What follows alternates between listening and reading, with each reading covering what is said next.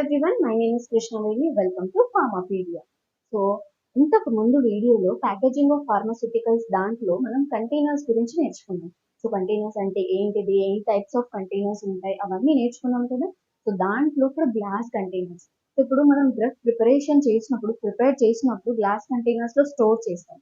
So glass container లో store చేసే ముందు ఆ గ్లాస్ కంటైనర్స్ ఉన్న అడ్వాంటేజెస్ ఏంటిది, డిసడ్వాంటేజెస్ ఏంటిది, అవన్నీ తెలుసుకుంటే మనకు ఏ టైప్ ఆఫ్ డ్రగ్స్ అనేది ఏ టైప్ ఆఫ్ గ్లాస్ కంటైనర్స్ లో స్టోర్ చేయొచ్చు, అసలు గ్లాస్ కంటైనర్స్ ఎలా ఉంటాయి, వాటిని యూస్ చేయడం వల్ల మనకు వచ్చే అడ్వాంటేజ్ ఏంటిది అండ్ డిసడ్వాంటేజ్ ఏంటిది, అవన్నీ ఈ వీడియోలో ఆర్ ముందు వచ్చే వీడియోలో మనం తెలుసుకుందాం. సో ఇప్పుడు ఫస్ట్ గ్లాస్ కంటైనర్స్ అడ్వాంటేజెస్ ఏంటిది, డిసడ్వాంటేజెస్ ఏంటిది అది తెలుసుకుందాం.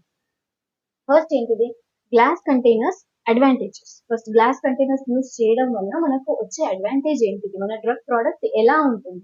సో ఎస్ విను, గ్లాస్ కంటైనర్స్, గ్లాస్ అనేది ట్రాన్స్పరెంట్ గా ఉంటుంది అండ్ న్యూట్రల్ ఉంటుంది. అంటే దాంట్లో వేసిన డ్రగ్ ఎంత ఎంఎల్ లో ఉంది, మనం సాలిడ్ వేసామా లిక్విడ్ వేసామా అదంతా మనకు కనిపిస్తుంది అనమాట. గ్లాస్ కంటైనర్స్ సాలిడ్ ట్రాన్స్పరెంట్ గా ఉంటాయి అండ్ న్యూట్రల్.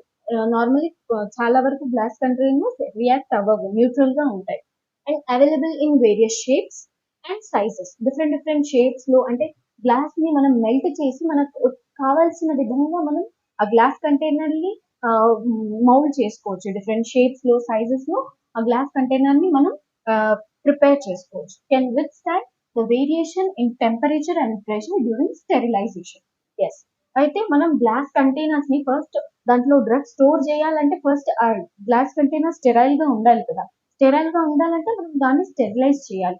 సో ఆ గ్లాస్ కంటైనర్ ఏంటిది, మనం ఈ గ్లాస్ కంటైనర్స్ ఏంటిది, ఆ స్టెరిలైజేషన్ జరుగుతున్నప్పుడు టెంపరేచర్ ప్రెషర్ ఏదైతే క్రియేట్ అవుతుందో దాన్ని కూడా విత్ స్టాండ్ చేసుకుంటే, అంటే దాన్ని కూడా బేర్ చేస్తుంది అనమాట ఈ గ్లాస్ కంటైనర్. నెక్స్ట్ ఏంటిది, economical and readily available. Yes, మనకు ఈ గ్లాస్ కంటైనర్ బడ్జెట్ లో వచ్చేస్తుంది అనమాట, ఈజీలీ అవైలబుల్ అనమాట.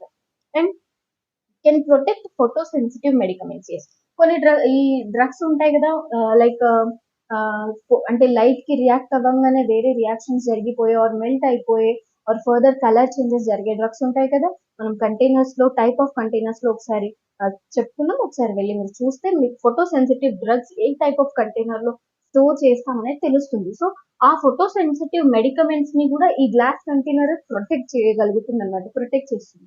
నెక్స్ట్ ఏంటిది, impermeable to moisture and atmospheric gases. So ఈ గ్లాస్ ఇంపర్మియబుల్ అంటే ఏంటిది, అలో చేయకపోవడం. పర్మియబుల్ అంటే అలో చేయడం, ఇంపర్మియబుల్ అంటే అలో చేయదన్నమాట. సో ఈ గ్లాస్ కంటైనర్ ఈ మాయిశ్చర్ ని, మన అంటే వెదర్ ఆర్ టెంపరేచర్, మన కండిషన్ ఉంటుంది కదా, ఈ టెంపరేచర్ లో ఉండే మాయిశ్చర్ ని, అట్మాస్ఫిరిక్ గ్యాసెస్ ని ఈ గ్లాస్ కంటైనర్ ఇంపర్మియబుల్ అంటే అలో చెయ్యదు. So and next, easily labelled. Yes, glass containers మీద మనం లేబులింగ్ కూడా ఈజీగా ఇవ్వచ్చు అనమాట. And can be seal hermetically or by removable closures. అంటే హెర్మెటికలీ అంటే ఏంటిది, ఎయిర్ టైట్ కంటైనర్స్ అంటారు కదా, air tight containers are also known as hermetic containers అని మనం container type of containers topic చెప్పుకున్నాం. సో అంటే కెన్ బి సీల్ హెర్మెటికలీ అంటే ఏంటిది, గ్లాస్ కంటైనర్స్ ని ఎయిర్ కూడా అలో చేయకూడదు, అంటే చేయొద్దు, అంతగా సీల్ చేయొచ్చు అనమాట మనం. ఆర్ బై రిమూవబుల్ క్లోజర్స్ తోని దాన్ని సీల్ చేయొచ్చు. So these are the advantages. అది ట్రాన్స్పరెంట్ గా ఉంటుంది, డిఫరెంట్ షేప్స్ లో అవైలబుల్ ఉంటుంది, స్టెరిలైజ్ కూడా ఈజీగా చేయొచ్చు, అది ఎకనామికలీ మనకు దొరికిపోతుంది, ఫోటో సెన్సిటివ్ మెడికమెంట్స్ ని ప్రొటెక్ట్ చేయొచ్చు, మాయిశ్చర్ అట్మాస్ఫిరిక్ గ్యాసెస్ ని అది అలో చేయదు, ఈజీలీ లేబుల్ చేయొచ్చు, అండ్ ఎయిర్ ని అలో చేయకుండా దాన్ని మనం సీల్ చేయొచ్చు అనమాట. ఇన్ని అడ్వాంటేజెస్ ఉన్నాయి. సో ఇన్ని అడ్వాంటేజెస్ ఉన్నప్పుడు డిసడ్వాంటేజెస్ కూడా ఆబ్వియస్లీ ఉంటాయి. చూద్దాం డిసడ్వాంటేజెస్ ఏంటి. సో గ్లాస్ ఇస్ ఫ్రాగిల్ అంటే ఏంటి, దాని మీనింగ్ ఏంటంటే ఈజీలీ బ్రోకబుల్ అనమాట. అంటే ఈజీగా అది బ్రేక్ డౌన్ అయిపోతుంది, కింద నుంచి పడినా బ్రేక్ అయిపోతుంది, ఆర్ మనం నార్మల్లీ ఈజీలీ హ్యాండ్లింగ్ చేయలేదు అనుకో బ్రేక్ అయిపోతుంది, డెలికేట్ అనమాట. సో ఫ్రాగిల్ కి మీనింగ్ అది. So glass is fragile. So its containers are easily broken when dropped or not. So ఈ గ్లాస్ మన ఉన్న డిసడ్వాంటేజ్ ఏంటిదంటే ఆ గ్లాస్ ఈజీగా పగిలిపోతుంది, మనం కరెక్ట్ హ్యాండ్లింగ్ బై మిస్టేక్ చేతిలోంచి జారినా అది పగిలిపోతుంది, అందులో ఉన్న డ్రగ్ వేస్ట్ అయిపోతుంది. సో ఇది ఒక డిసడ్వాంటేజ్. ఇంకొకటి ఏంటిది, Glass containers are heavy, yes, which increases the cost of its transportation. Yes, ఈ గ్లాస్ ఇప్పుడు ప్లాస్టిక్ కంటైనర్స్ చూస్తే చాలా లైట్ వెయిట్ ఉంటాయి. మనం ఈజీలీ దానికి ట్రాన్స్పోర్ట్ చేయొచ్చు ఆర్ మనం ఎత్తుకొని కూడా తీసుకెళ్ళొచ్చు. కానీ గ్లాస్ కంటైనర్స్ కొంచెం హెవీ ఉంటాయి కదా, సో వెయిట్ ఎక్కువ ఉంటుంది. వీటిని ట్రాన్స్పోర్ట్ చేయడానికి మనకు ట్రాన్స్పోర్ట్ అంటే ఈ కంటైనర్స్ కి తగ్గట్టు వెహికల్ కూడా కావాలన్నమాట. సో ట్రాన్స్పోర్టేషన్ కి కూడా అంటే కష్టమే అవుతుంది మనకి అండ్ కాస్ట్ కూడా ఎక్కువ ఉంటుంది అనమాట compare to other type of containers. ఇంకొకటి ఏంటిది, ఇంకో డిసడ్వాంటేజ్ ఏంటిదంటే glass containers release alkali to aqueous preparations. So ఇక్కడ చూడండి, గ్లాస్ కంటైనర్స్ అంటే అన్ని గ్లాస్ కంటైనర్స్ కాదు, గ్లాస్ కంటైనర్స్ లో కూడా కొన్ని టైప్స్ ఆఫ్ గ్లాస్ కంటైనర్స్ ఉంటాయి. సో ఈ అంటే టైప్స్ ఏదో ఒక టైప్ ఆల్కలీని రిలీజ్ చేస్తుంది అనమాట అక్వైస్ ప్రిపరేషన్స్ లో.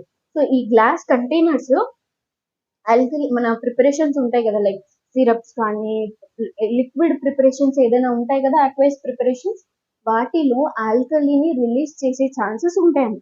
అన్ని కంటైనర్స్ లో కాదు, గ్లాస్ కంటైనర్స్ లో కొన్నిట్లో. సో ఇదొక disadvantage. So these are the disadvantage. అది ఈజీగా బ్రేక్ డౌన్ అయిపోతుంది, హెవీ ఉంటుంది కాబట్టి మనం దాన్ని ట్రాన్స్పోర్ట్ చేయలేము, అంటే చేయడానికి మనకు కొంచెం కాస్ట్ ఎక్కువ పడుతుంది అనమాట compare to other types. And ఈ కంటైనర్ ఆల్కలీని, ఇది కొంచెం ఇంపార్టెంట్ చూసుకోండి, ఆల్కలీని రిలీజ్ చేసేది to aqueous preparations. So these are the advantages and disadvantages of the glass containers.